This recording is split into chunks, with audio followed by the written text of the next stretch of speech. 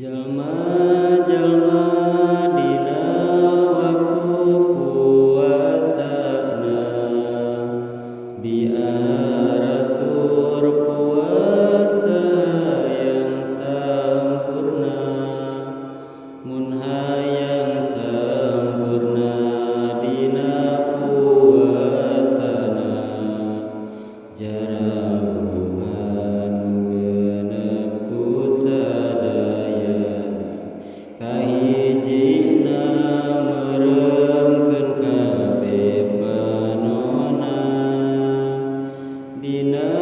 ningali nu haram jeung liana anu sanaos migawe dosa laksana anu ningali eta oge sarua kaduana ngaraksa eta lisana tina bohong rejeng ngupat saraosna jalma lian keur ngabohong jeung ngupatna urang aya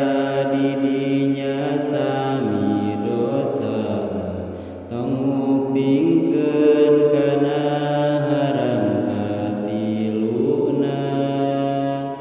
najan raos mantak cacat puasana kaya bijil tina tipi radiona tina kaset ngabuburit caritana coba ganti ku tasbih jeung maca Quran nu biasa dingaranan tadarusan anu anom anu sepuh sae pisan bulan Ramadan bari getol maca Quran kaopatna raksa panangan sampean padaharan tina barang anu haram sing karunya kana